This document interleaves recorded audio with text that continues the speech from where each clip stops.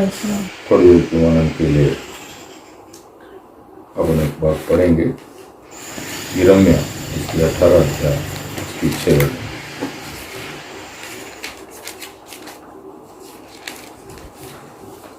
यहोवा की यह वाणी है कि उस कुम्हार के समान तुम्हारे साथ क्या मैं भी काम नहीं कर सकता। देख, जैसे मिट्टी कुम्हार के हाथ में रहती है, वैसे ही है इस्राएल के घराने, तुम भी मेरे हाथ में हो। आमीन। अर्थात परमेश्वर ये बात यिर्मयाह के जरिए इस्राएल को बताता है कि परमेश्वर की लोग परमेश्वर के हाथों में बना रहना चाहिए, परमेश्वर का अधीन रहना चाहिए। नए नियम में देखते समय पर हम ये बात पत्रोस कहता है, आप पहला पत्रोस उसकी 5 अध्याय उसका 6 वचन पढ़िए। इसीलिए परमेश्वर के बलवंत हाथ के नीचे दीनता से रहो। हाँ, परमेश्वर की बलवंत हाथ के नीचे दीनता से बना रहो। मतलब परमेश्वर के लोग परमेश्वर के अधीन रहना, ये परमेश्वर चाहता है। पौल इसके बारे में इस प्रकार समझाता है। हम रोम की पत्रिका उसकी 9 अध्याय में, रोम की पत्रिका में जब हम आते हैं, वहाँ पर एक बात हमको देखने को मिलता है कि उसका 9 अध्याय उसका 20-21 वचन पढ़िए। हे मनुष्य, भला तो कौन है जो परमेश्वर का सामना करता है? क्या गढ़ी हुई वस्तु गढ़ने वाले से कह सकती है, तूने मुझे ऐसा क्यों बनाया है? क्या कुम्हार को मिट्टी पर अधिकार नहीं कि एक ही लौंद में से एक बर्तन आदर के लिए और दूसरे को अनादर के लिए बनाए? आमीन। इसका मतलब आपको ये बात समझ में आना चाहिए कि कुम्हार को पूर्ण अधिकार है मिट्टी पर कि उसको किस रीति में बनाने का है। तो आप परमेश्वर के हाथ के अधीन रहेंगे तो ही परमेश्वर आपकी जीवन में प्रभु कार्य करेंगे। अगर आप परमेश्वर के हाथ के अधीन बना नहीं रहेगा तो परमेश्वर आपकी जीवन में कोई भी कार्य नहीं करेंगे। आप एक ऐसा अवस्था में जाएगा कि आपको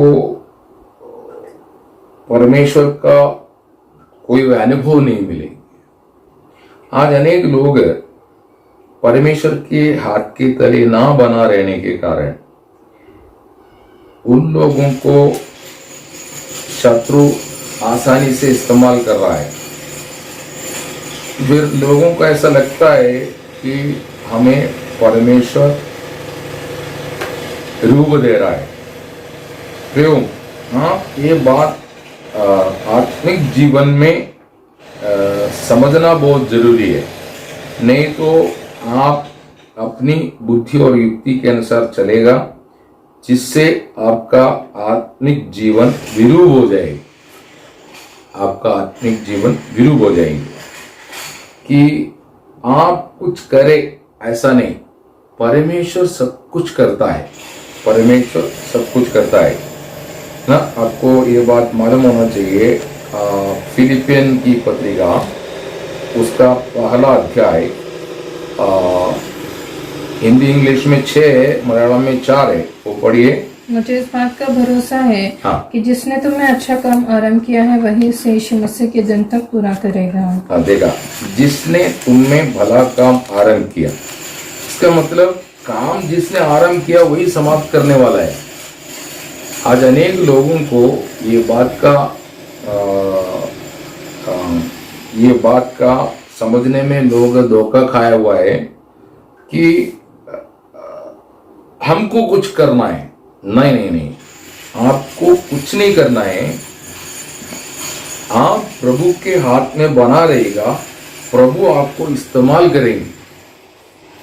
ये आज अनेक लोग समझने की बजाय शत्रु की वश में जाकर के अपनी बुद्धि के अनुसार आत्मिक जीवन में अपना ही कदम आगे रख रहा है।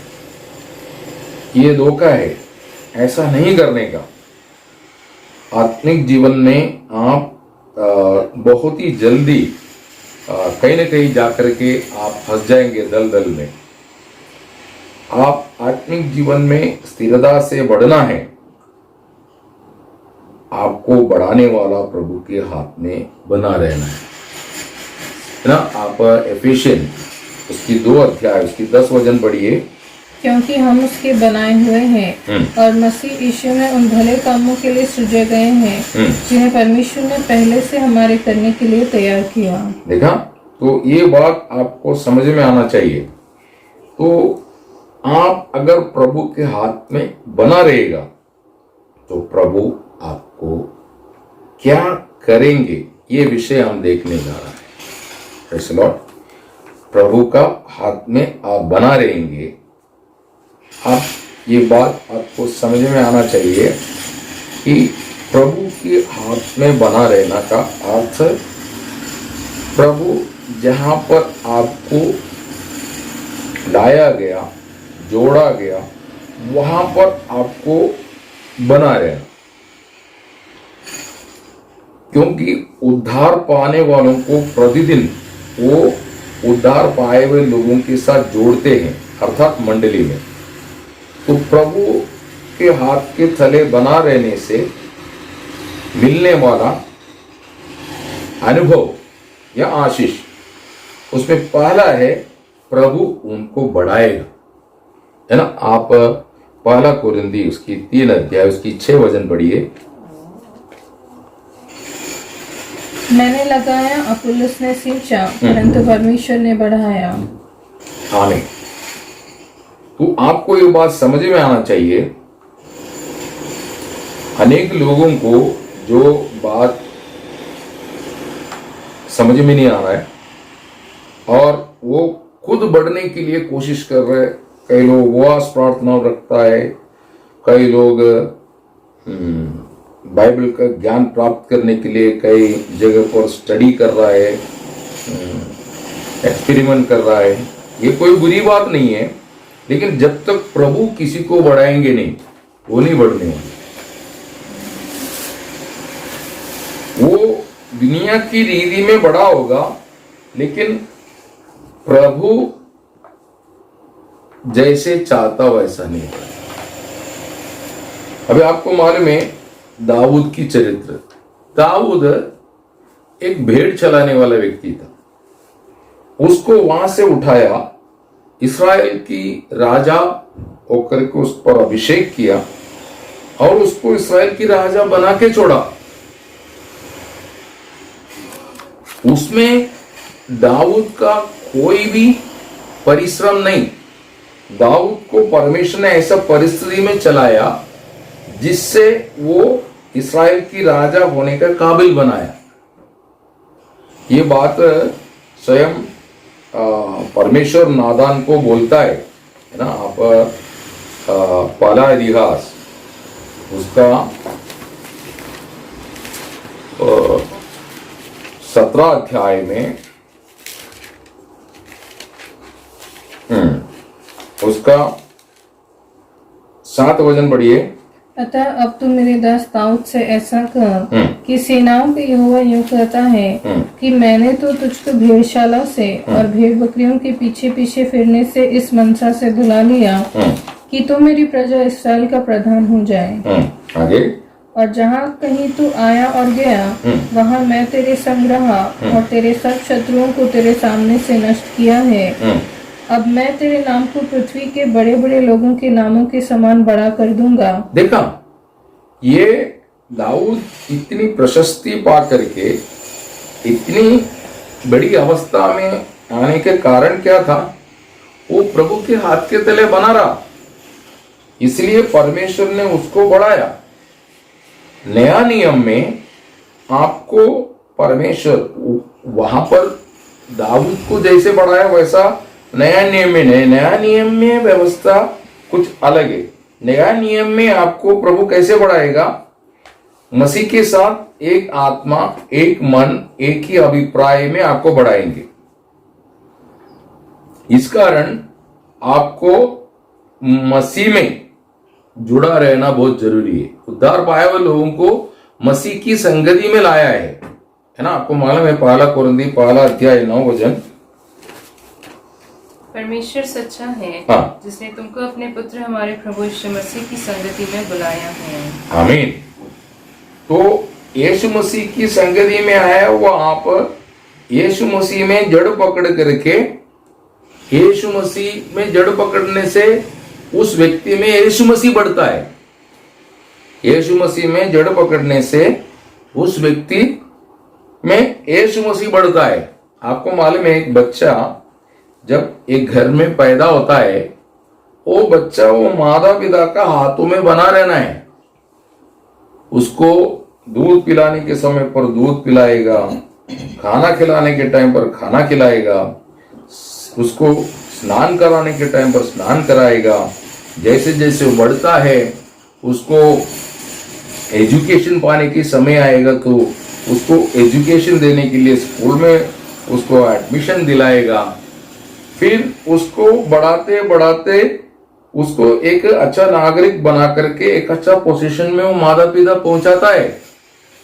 इसी मुताबिक आप मसीह में विश्वास किया है तो आप परमेश्वर से जन्मा हुआ परमेश्वर की संतान होने के कारण आप परमेश्वर के हाथों में बना रहना बहुत जरूरी है। तभी आपको मसीह के साथ एक आत्मा, एक मन, एक ही स्वभाव के साथ आपको बना सकेंगे। Praise the Lord. इसलिए पौल बोलता है कोलोसियन उसकी 2 अध्याय उसकी 6-7 वचन पढ़िए।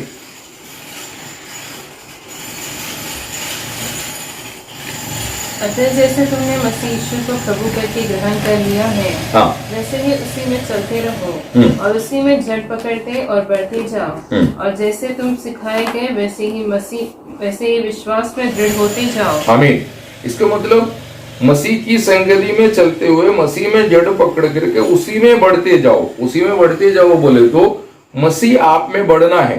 जब मसीह आप में बढ़ेंगे तो आप उसके साथ एक आत्मा हो जाता है ना। आप पहला कुरिन्थी 6:17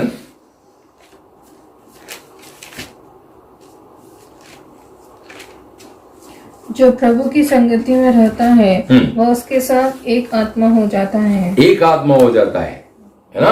आप उसका पहला कुरिन्थी 2 उसकी 16 क्योंकि प्रभु का मन किसने जाना है कि उसे सिखाए, परंतु हम में मसीह का मन है। मसीह का मन हम में निर्माण होते जाएगा। मसीह के साथ एक आत्मा हो जाता है। मसीह का मन हम में विशाल रीति में बढ़ते जाएंगे। और फिलिपियन उसकी 2 उसकी 5 वचन।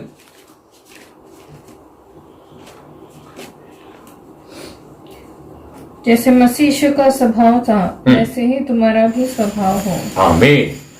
इसका मतलब मसीह की स्वभाव में मसीह की मन, मसीह के आत्मा के साथ एक होकर के हमको परमेश्वर मसीह की रूह हमें निर्माण करना चाहता है।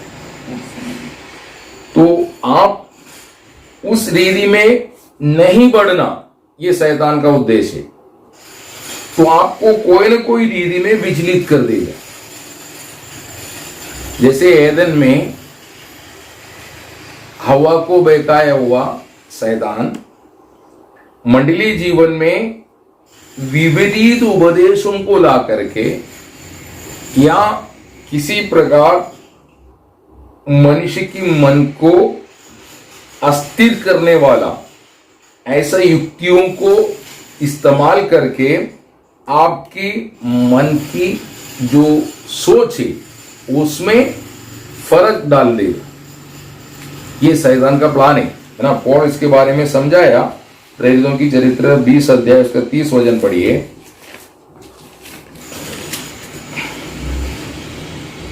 तुम्हारे ही बीच में से भी ऐसे ऐसे मनुष्य उठेंगे जो चेलों को अपने पीछे खींच लेने को टेढ़ी मेढ़ी बातें कहेंगे। आमीन। इसका मतलब जो मसीह की मन, मसीह की आत्मा, मसीह की स्वभाव में बढ़ने के लिए जो समर्पित व्यक्तियों को पीछे खींच लेगा। Praise the Lord.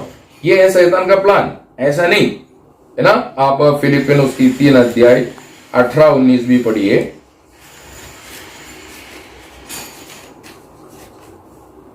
क्योंकि बहुत से ऐसी चाल चलते हैं जिनकी चर्चा मैंने तुमसे बार बार की है, और अब भी रो रो कर कहता हूँ कि वे अपनी चाल चलन से मसीह के क्रूस के बैरी हैं। उनका अंत विनाश है और उनका ईश्वर पेट है।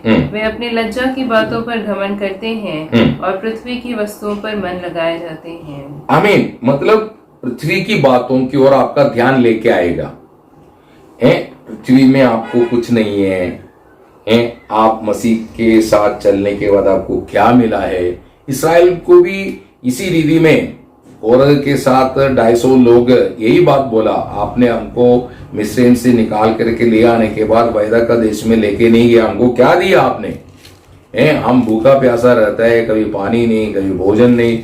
ऐसा उसी अवस्था, मतलब आज हमारी जीवन में कई परीक्षा चलेंगे, कष्ट आएगा, दुख आएगा, कई बीमारी, कई ऐसा तकलीफ आएंगे, तो हमारा मन को इस प्रकार विचलित करते हुए तुम प्रभु के साथ चलने से तुम्हें क्या मिला, ये बात बोल करके आपकी मन में शंका पैदा कर देगा। ऐसा उपदेश, ऐसा विचार निर्माण करने वाला कई सेवक या सेवा आज भी इस 21वीं शताब्दी में चल रहा है। देखो प्रियो, हम मसीह की रूप में अनुरूप होने के लिए बुलाया गया है। वो आप में सोचने से नहीं हो सकता। मसीह की रूप में हम लोग नहीं बन सकता, वो जिसने बनाया वही बना सकता है। ये बात लोग नहीं समझ रहा है। आप में कोशिश करने से मसीह की अनुरूप नहीं बन सकते हैं। हम मसीह के अनुरूप बनना है तो हमको जिसने निर्माण किया वही हमें मसीह के अनुरूप बना देगा, है ना। आप रोम उसकी 8 अध्याय उसका 29 वचन पढ़िए।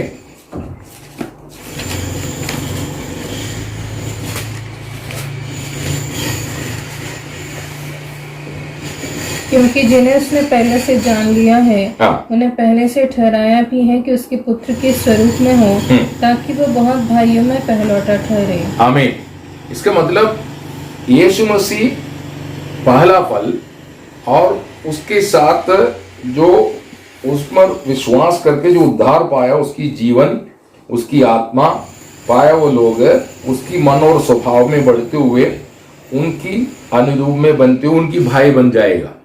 इसलिए यीशु मसीह पहला, मतलब बड़े भाई, बाकी सब छोटे भाई हम बनेंगे, है ना। उस रीति में हमको रूप देने के लिए परमेश्वर का प्लान और पद्धति है।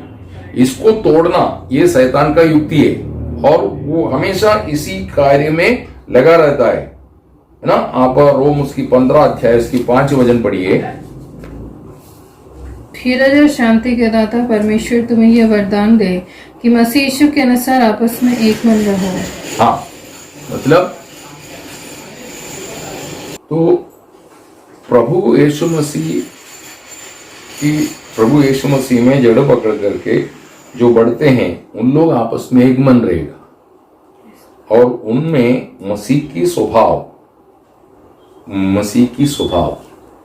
मसीह की स्वभाव बोले तो मसीह में उसने पाप नहीं किया, वो पाप नहीं जानता, उसमें पाप नहीं है। तो इसमें बढ़ने वाला हर व्यक्ति, मसीह में बढ़ने वाला हर व्यक्ति पवित्रताई में बढ़ेगा, पवित्रताई में सिद्ध होते जाएगी, है ना। आप रोम उसकी 11 अध्याय उसकी 16 वचन।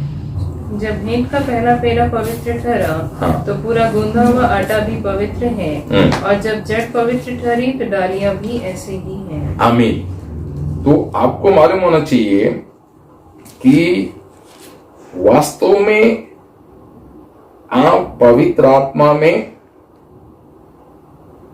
मुद्रित है, तो आपका जड़ यीशु मसीह में है, और यीशु मसीह जैसे पवित्र है वैसा आप भी पवित्र होते जाएगा।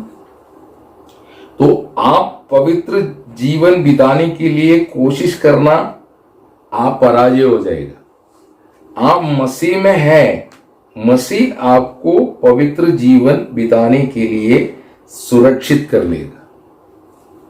आज अनेक लोग पवित्र जीवन बिताने के लिए कोशिश करके पराजय होता है। उसका कारण क्या है? वे लोग मसीह में जड़ पकड़ा नहीं। प्रेज़ द लॉर्ड, है ना, उनको उनकी आत्मा का फलों से वो लदा हुआ है ना। गलातियों की पत्रिका 5 अध्याय 22-23 वचन पढ़िए। प्रार्थना का फल प्रेम, आनंद, शांति, धीरज, कृपा, भलाई, विश्वास, नम्रता और संयम है। ऐसे ऐसे कामों के विरोध में कोई भी व्यवस्था नहीं। आमीन। इसका मतलब आत्मा का फलों से वे लोग पूर्ण रीति में बढ़ते जाएगा। लेकिन ये जो विपरीत उपदेश बोलते हैं, वे लोगों में पवित्र आत्मा नहीं है।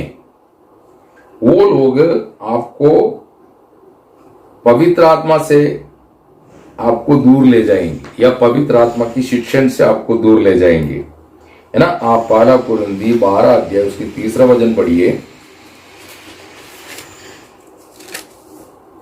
इसलिए मैं तुम्हें चेतावनी देता हूँ कि जो कोई परमेश्वर की आत्मा की अगुवाई से बोलता है, वह नहीं कहता कि यीशु श्रापित है, और न कोई पवित्र आत्मा के बिना कह सकता है कि यीशु प्रभु है। आमीन। मतलब कहना, इसका अर्थ प्रभुता दे करके जीवन बिताना। तो ये जो लोग विपरीत उपदेश जो बोलते हैं, वो लोग पवित्र आत्मा से मुद्रित नहीं है। इसलिए पवित्र लोगों को बहकाने के लिए इन्हें शैतान इस्तेमाल करेगा। इन्हें शैतान नहीं तो गिरा हुआ मनुष्य इनका मस्तक है। ये लोग वचन से बोलेंगे, बहुत ज्ञान की बातें बोलेंगे, और इनके साथ बहुत बड़ा झुंड भी होंगे, लेकिन वे लोगों में मसीह नहीं है। तो उस कारण उनमें मसीह का स्वभाव नहीं है। वो लोगों को मसीह का स्वभाव दिखाना पड़ता है। एक व्यक्ति अपनी जीवन में भलाई ये करके दिखाना और जिनमें भलाई हमेशा बना रहता है, इसमें फर्क है। वो जो मसीह में जड़ पकड़ करके जो बढ़ता है, वो किधर भी जाओ मसीह रहेगा। उसकी स्वभाव बदलेंगे नहीं, उसकी चाल बदलेंगे नहीं, उसकी रीति बदलेगा नहीं।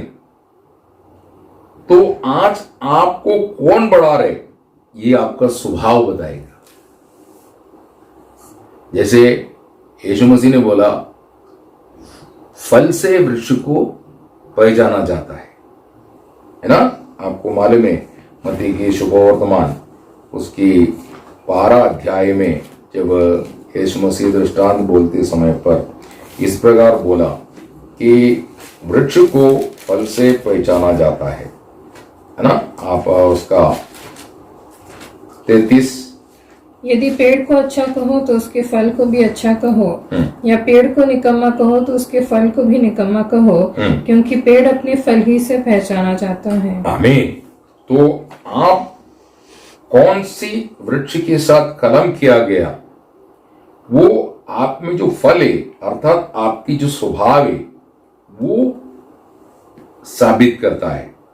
तो आज आप आपके जीवन को परखे देखना कि मुझ में क्या फल है। ये आप आपके जीवन में परखने से आपको पता चल जाएगा। इसलिए खुद को परखना बहुत जरूरी है। मुझ में कौन सा फल है, मैं मसीह में, मुझ में मसीह का फल या आत्मा का फल भरपूर है क्या? तो आप परमेश्वर के द्वारा बढ़ाया जा रहा है, क्योंकि मसीह में पूरा ईश्वर का स्वभाव है ना। कोलोसियन उसकी 2 अध्याय 9 वचन पढ़िए।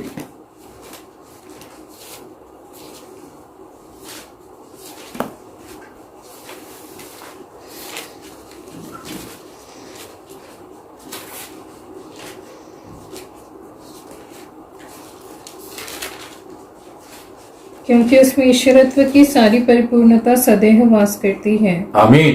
तो अगर मसीह हमारा मस्तक है तो आप ईश्वरीय स्वभाव में बढ़ते जाएगा, है ना। उसका कोलोसियन 2:19, और उस शिरोमणि को पकड़े नहीं रहता जिससे सारी देह जोड़ों और पट्टों के द्वारा पालन पोषण पाकर और एक साथ गठकर परमेश्वर की ओर से बढ़ती जाती है। आमीन। वो शिरोमणि को पकड़े नहीं रहता बोले तो ऊपर कुछ लोगों के बारे में पौल बताया और वहां पर आकर के बोलता है उन लोग शिरोमणि को नहीं पकड़ा रहता, लेकिन जो शिरोमणि को पकड़े रहते हैं या शिरोमणि से जुड़ा है, मस्तक से जुड़ा है, वे लोग आगे को जोड़ों और नस पटों से जुड़ करके वो कैसा है, ईश्वरीय वृद्धि पाते जाएगा। तो आपको कौन बढ़ा रहा है ये आपकी स्वभाव बताएगा। आज आप में ऐसा कोई स्वभाव जो मसीह में नहीं वो है तो उसके लिए आपको, उस स्वभाव के लिए आपको मरना होगा। जैसे पौल कहता है पहला कुरिन्थी 15:31,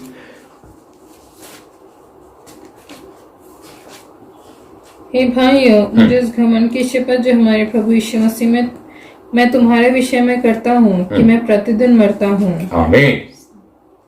तो पौल ये बात को निर्णय ली कि मुझ में ऐसा कोई भी स्वभाव नहीं होना चाहिए जो मसीह में नहीं है, जो मसीह का स्वभाव से मुझे सिद्ध होना है। तो इसलिए पौल को प्रभु में प्रभु ने बढ़ाया। इसलिए मसीह की संबंध में बहुत से ऐसे प्रकाश जिसको साधारण लोगों को समझना मुश्किल पड़ गया, ऐसे बातें पौल को प्रभु दिखाया या बताया या समझाया। तो पौल को कौन बढ़ा रहा था? प्रभु यीशु। इसलिए पौल गलातियों की पत्रिका में जो गवाही दी वो बहुत अच्छा गवाही है। वो कहता है मैं मनुष्य से नहीं, प्रभु यीशु ने मुझे बढ़ाया है ना। आप उसका 11-12 वचन पढ़िए, गलातियों की पत्रिका पहला अध्याय 11-12। हे भाइयों, मैं तुम्हें बता देता हूँ कि जो सुसमाचार मैंने सुनाया है वो मनुष्य का नहीं, क्योंकि वो मुझे मनुष्य की ओर से नहीं पहुंचा और न मुझे सिखाया गया, पर प्रभु यीशु मसीह के प्रकाशन से मिला। आमीन। तो देखा उसमें मसीह का स्वभाव भी बढ़ा और वो मसीह की ज्ञान उसके द्वारा लोगों को मिलने लगा। इस बात के संबंध में पत्रोस ऐसा समझाता है कि आप दूसरा पत्रोस उसका 3 अध्याय उसका 15 वचन पढ़िए। और हमारे प्रभु के धीरज को उद्धार समझो, जैसे हमारे प्रिय भाई पौलुस ने भी उस ज्ञान के अनुसार जो उसे मिला तुम्हें लिखा है। आगे 16। वैसे ही उसने अपनी सब पत्रियों में भी इन बातों की चर्चा की है, जिनमें कुछ बातें ऐसी हैं जिनका समझना कठिन है। हाँ, मतलब मनुष्य की बुद्धि की अपार, मतलब मनुष्य की बुद्धि से समझने के लिए कठिन है, ऐसे कुछ बातें प्रभु ने पौल को समझाया। मतलब पौल को मसीह की जीवन में बढ़ाया, मसीह की स्वभाव में बढ़ाया और उसने वो बात लोगों के बीच में प्रकाशमय करके दिया। तो आज आपको कौन बढ़ा रहा है ये बात आपकी सेवा या आपकी स्वभाव बताता है। आज अनेक लोग वचन अच्छा बोलेंगे लेकिन उनकी स्वभाव वैसा नहीं, ये एक बहुत बड़ा कमजोरी है। हम जो वचन बोलते हैं वो वचन हमारा जीवन में होना बहुत जरूरी है, तभी हमारा जीवन पूर्ण रीति में सफल होगा। तो प्रभु जिनको अपने लिए चुना है उन्हें प्रभु बढ़ाया है। अब्राहम को, इसहाक को, याकूब, यूसुफ है, फिर मूसा, जोशुआ, कालेब, दावीद, ऐसा आप देखते हैं तो उनकी जीवन को आप देखो, बाकी लोगों की तरह नहीं है उनकी जीवन। उनमें से हमको आदर्श है सीखने के लिए, समझने के लिए, क्योंकि प्रभु ने उनको बढ़ाया है। तो आप प्रभु के हाथ में बना रहे बिगड़ आप बढ़ना चाहता है तो आपको बढ़ाने वाला या तो गिरा हुआ मनुष्य, उसकी ज्ञान, नहीं तो शैतान, ये आपको बढ़ाएंगे। और आपको लगता है कि मैं भी बढ़ रहा है, लेकिन आपका जीवन में शैतान फिर कार्य करेगा। Praise the Lord. इसलिए शैतान का धोखे में नहीं फंसना, उसकी युक्तियों में आप फंसना नहीं। उसके लिए आपको अपने आप को खाली करना होगा, नम्र होना होगा।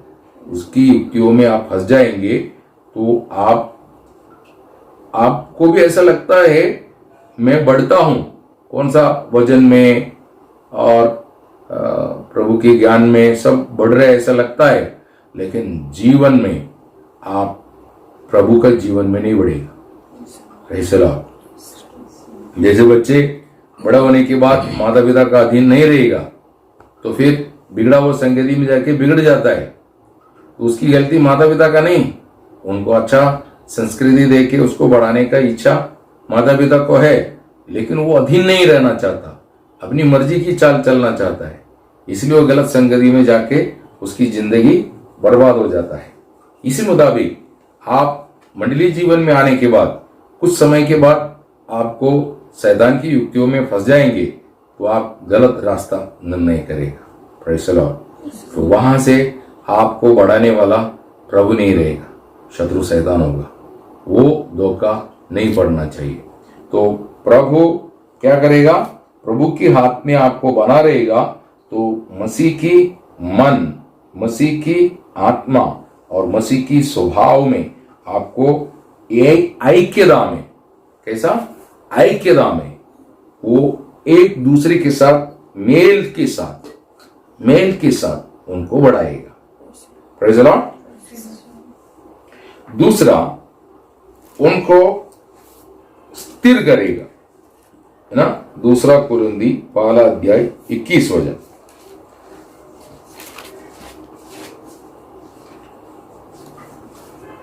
और जो हमें तुम्हारे साथ मसीह में दृढ़ करता है, हाँ। और जिसने हमारा अभिषेक किया वही परमेश्वर है। आमीन।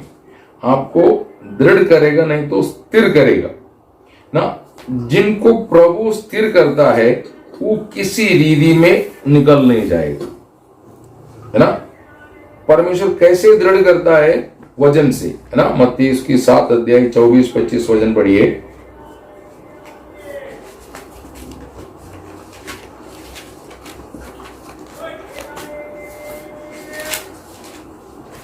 इसीलिए जो कोई मेरी ये बातें सुनकर उन्हें मानता है वो उस बुद्धिमान मनुष्य के समान ठहरेगा जिसने अपना घर चट्टान पर बनाया, और मेघ बरसा और बाढ़ियां आई और आंधियां चली और उस घर से टकराई, फिर भी वह नहीं गिरा क्योंकि उसकी नींव चट्टान पर डाली गई थी। हाँ, मतलब प्रभु ने उनको स्थिर कर दिया है ना। प्रभु स्थिर करता है तो वचन से।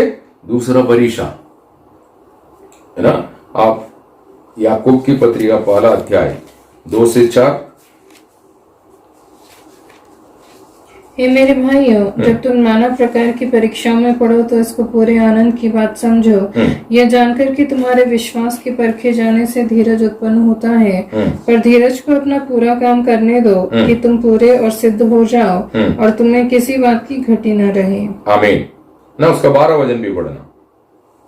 धन्य है वो मनुष्य जो परीक्षा में स्थिर रहता है, क्योंकि वह खरा निकलकर जीवन का वो मुकुट पाएगा जिसकी प्रतिज्ञा प्रभु ने अपने प्रेम करने वालों से की है। आमीन। तो हमारा प्रभु भी परीक्षाओं के द्वारा स्थिर हुआ है ना। इब्री उसकी 2 अध्याय 18 वचन। क्योंकि जब उसने परीक्षा की दशा में दुख उठाया तो वह उनकी भी सहायता कर सकता है जिनकी परीक्षा होती है। हाँ, आमीन। तो आप ऐसा मत समझना हमारा प्रभु परीक्षा सहन नहीं किया। अनेक परीक्षा सहन करके उद्धार पाने वालों के लिए, वो योग्य बनने के लिए अनेक परीक्षा सहन करके वो सिद्ध और स्थिर हुआ है। लेकिन शैतान क्या करेगा? आपको दुनिया की बुद्धि और ज्ञान में फंसा करके आपको आपकी जीवन को एकदम कमजोर कर देगा। आप छोटी छोटी बातों से आप टूट जाएंगे। आप मंडली जीवन में आपको एक स्थिरता नहीं रहेगा। छोटी बातों में आप कमजोर होकर के आप टूट जाएंगे, है ना। उसका मत्ती 7 अध्याय 26-27 पढ़िए।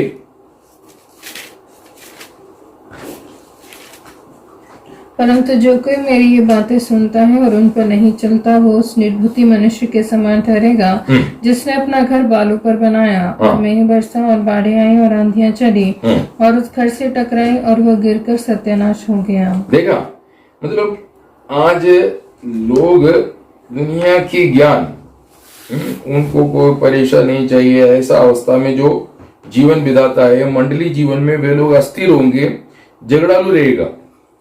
ये मंडली में एक आदर्श नहीं रहेगा, वो दूसरों को भी ठोकर के कारण बनेगा। उनकी स्वभाव, उनकी चाल हमेशा दूसरों के लिए ठोकर रहेगा, ऐसा वचन कहता है। इसलिए प्रभु कहता है कि तुम ठोकर मत बनो, है ना। लूक उसकी 17 अध्याय 2 वचन।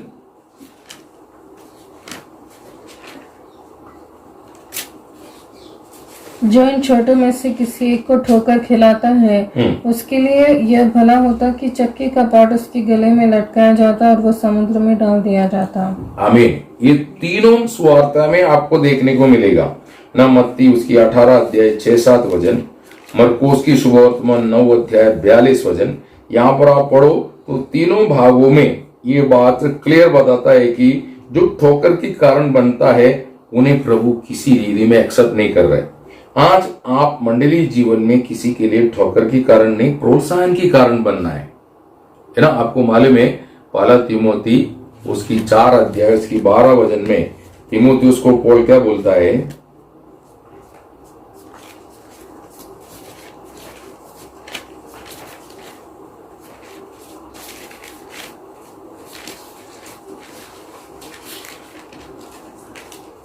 कोई तेरी जवानी को तुच्छ न समझने पाए, पर वचन और चाल चलन और प्रेम और विश्वास और पवित्रता में विश्वासियों के लिए आदर्श बन जाओ। आमीन, प्रेज़ द लॉर्ड। आज आप दृढ़ होगा तभी आप दूसरे को दृढ़ कर पाएंगे। यदि आप में स्थिरता नहीं, आप औरों को क्या स्थिर कर पाएंगे? आपको मालूम है शाऊल 40 साल के लिए चुना गया था, है ना। आप प्रेरितों की चरित्र 13 अध्याय उसका 21 वचन पढ़िए।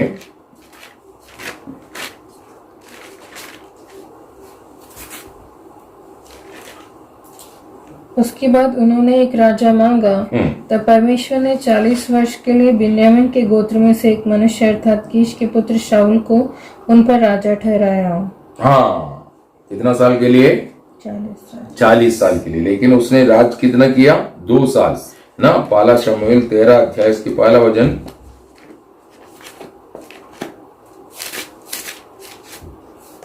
शाऊल 30 वर्ष का होकर राज्य करने लगा और उसने इसराइलियों पर 2 वर्ष तक राज्य किया। देखा, उसको 40 साल के लिए चुना था, परंतु वो प्रभु के हाथों में बना नहीं रहा।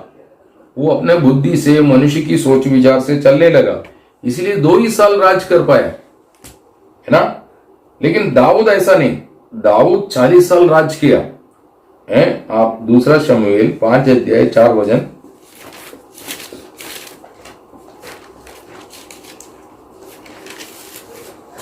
दाऊद 30 वर्ष का होकर राज्य करने लगा और 40 वर्ष तक राज्य करता रहा।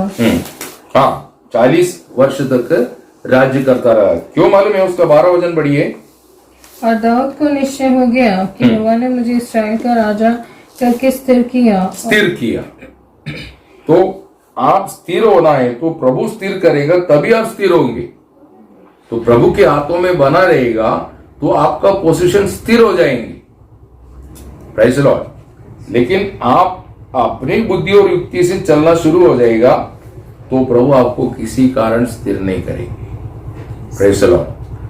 आज अनेक लोग मंडली जीवन में यीशु मसीह में स्थिर नहीं है। उसका कारण क्या है? वे अपनी बुद्धि युक्ति को इस्तेमाल करता है, प्रभु उन्हें स्थिर नहीं कर पा रहा है। Praise the Lord. आज हमको ये बात समझ में आना चाहिए, प्रभु हमें स्थिर करना है तो प्रभु के हाथों में बना रहना। दाऊद स्थिर होने का मेन कारण क्या मालूम है? दाऊद प्रभु के हाथों में बना रहा। दाऊद बोलता है, यहोवा मेरा चरवा है, मैं उसका भेड़ है। Praise the Lord. इसलिए दाऊद 40 साल राज्य किया। Praise the Lord. समझे? आज आपकी जीवन में आप प्रभु के हाथ में बना रहने से आपको प्रभु देने वाला 2 बात आपको समझाया गया। Praise the Lord.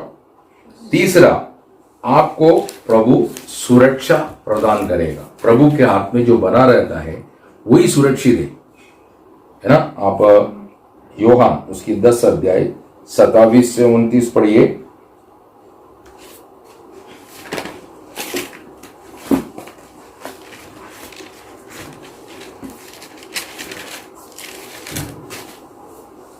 मेरी भेड़ें मेरा शब्द सुनती हैं, मैं उन्हें जानता हूँ और वे मेरे पीछे पीछे चलती हैं और मैं उन्हें अनंत जीवन देता हूँ। वे कभी नष्ट न होंगी और कोई उन्हें मेरे हाथ से छीन न लेगा। मेरा पिता जिसने उन्हें मुझे दिया है सबसे बड़ा है और कोई उन्हें पिता के हाथ से छीन नहीं सकता। आमीन। यदि आप प्रभु का मंडली या प्रभु के हाथ जो बोलते हैं, आप उसमें अगर जुड़ा रहता है, बना रहता है, तो आपकी सुरक्षा का दायित्व, रिस्पॉन्सिबिलिटी, जिम्मेवारी परमेश्वर का है। उसके लिए आप प्रभु के हाथों में बना रहना बहुत जरूरी है ना। योग के संबंध में शैतान गवाही देता है। योग उसकी 1 अध्याय 8 से 10, मैं कुछ नहीं कर पा रहे। क्यों? तुम योग की चारों ओर भाड़ा बांधा है। Praise the Lord. शैतान कोशिश किया योग को नुकसान पहुंचाने के लिए, लेकिन कुछ नहीं कर पाया, क्योंकि परमेश्वर स्वयं उसको बाड़ा बांधा हुआ है। तो प्रभु की संतान की रक्षा, सुरक्षा प्रभु स्वयं करता है। ये बात आपको मालूम होना चाहिए। आप प्रभु के हाथों में बना रहना, ये आपका कर्तव्य है। दाऊद के बारे में ऐसा बोलता है कि 1 शमूएल 23:14 पढ़िए। 1 शमूएल 23:14। तब दाऊद जंगल के गढ़ों में रहने लगा और पहाड़ी देश के जीप नामक जंगल में रहा और शाऊल उसे प्रतिदिन ढूंढता रहा, परंतु परमेश्वर ने उसे उसके हाथ में न पड़ने दिया। आमीन। है ना। आपको मालूम होना चाहिए, जब उसने योनादान से ऐसा गवाही दी कि परिस्थिति बहुत गंभीर था। 1 शमूएल 20 अध्याय उसका 3 वचन पढ़िए। फिर दाऊद ने शपथ खाकर कहा, तेरा पिता निश्चय जानता है कि तेरे अनुग्रह की दृष्टि मुझ पर है और वो सोचता होगा कि योनातान इस बात को न जानने पाए, ऐसा न हो कि वो खेदित हो जाए। परंतु यहोवा के जीवन की शपथ और तेरे जीवन की शपथ निसंदेह मेरे और मृत्यु के बीच डग ही भर का अंतर है। आमीन। मतलब वो कभी भी मर सकता, ये दाऊद ऐसा सोच रहा था, लेकिन दाऊद पर कोई हानि नहीं आया। क्यों? परमेश्वर ने उसको, परमेश्वर ने उसको सुरक्षित किया। Praise the Lord. आज हम पर कोई विपत्ति क्यों नहीं आता मालूम है? प्रभु यीशु मसीह में पिता परमेश्वर हमको सुरक्षित कर दिया। प्रेज़ द लॉर्ड ना। पौल ऐसा गवाही देता है ना, 2 तीमोथी 3 अध्याय उसकी 11 वचन।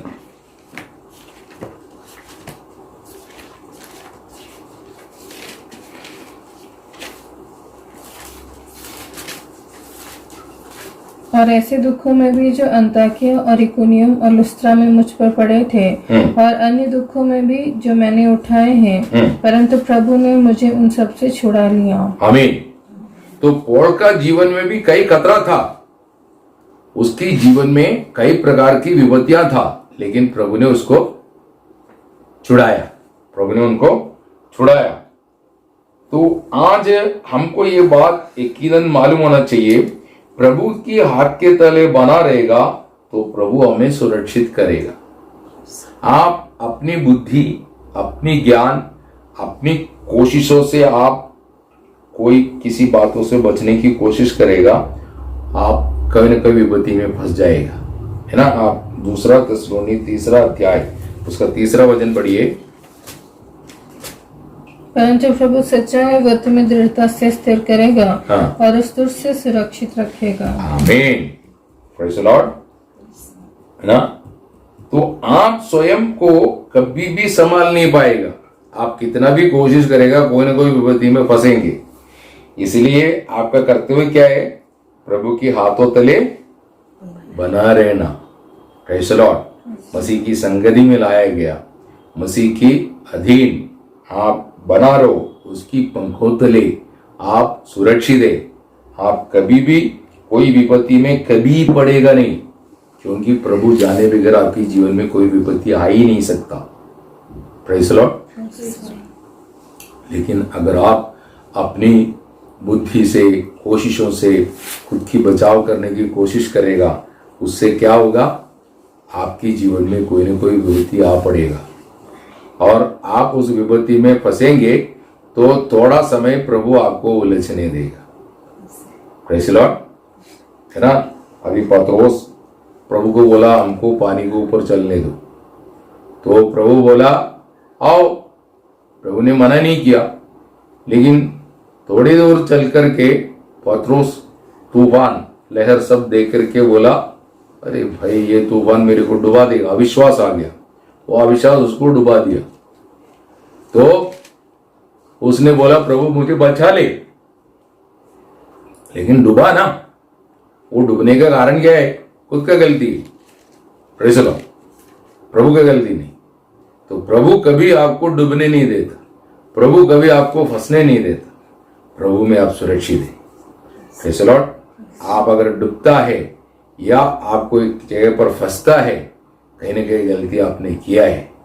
वो गलती क्या है आप मानो और प्रभु के सामने क्षमा मांगो। प्रभु मैंने गलती की, इसलिए मैं यहाँ पर फंसा हूं, मुझे निकाल दो। प्रभु निकाल दे। Praise the lord. Praise the lord. तो प्रभु इन वचनों से आप सबको आशीष दे। अगला 4 पॉइंट अगले हफ्ते में आपको बताएंगे। Praise the Lord.